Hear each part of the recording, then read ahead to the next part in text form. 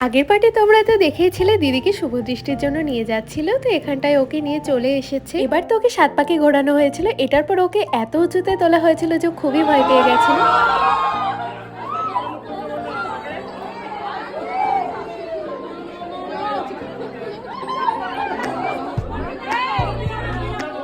এত ভারী গয়না শাড়ি পরে থাকা অবস্থায় পিঁড়িতে উপরে তুললে তো সবারই একটু ভয় করে। তো এখানে ছেলে বাড়ি না মেয়ের বাড়ি কে বেশি ওপরে তুলতে পারে সেটারই কম্পিটিশন হচ্ছিল। এগুলোই কিন্তু বাঙালি বিয়ের মজা। শুভ দৃষ্টিতে তো দিদির গাল ভর্তি হাসি, এরপরে হলো মালা বদল। বাঙালি বিয়েতে তো প্রচুর নিয়ম কানুন রয়েছে, কিন্তু প্রতিটা রিচুয়ালসই কিন্তু ভীষণ মিষ্টি। দিদির বিয়েটা তো ছিল গোধূলি লগ্নে, যার জন্য এত লোক ওর বিয়েটা দেখতে পেরেছে। বেশি রাত করে বিয়ে হলে অনেকেই আবার থাকতে পারে না, চলে যায়। তো এরপরে ওর এইসব নিয়ম কানুন হয়ে গেলে ও তো পিঁড়িতে বসে পড়েছে। এবার বাকি রিচুয়ালস গুলো হচ্ছিল। দেন আমি এখান থেকে হাইওয়ের ভিউটা দেখছিলাম। এটা হাইওয়ের একদমই পাশেই লজটা। দেন আমি নিচে চলে গেছিলাম খেতে, আর এসে দেখি ততক্ষণে দিদির বিয়েও কমপ্লিট। Happy married life.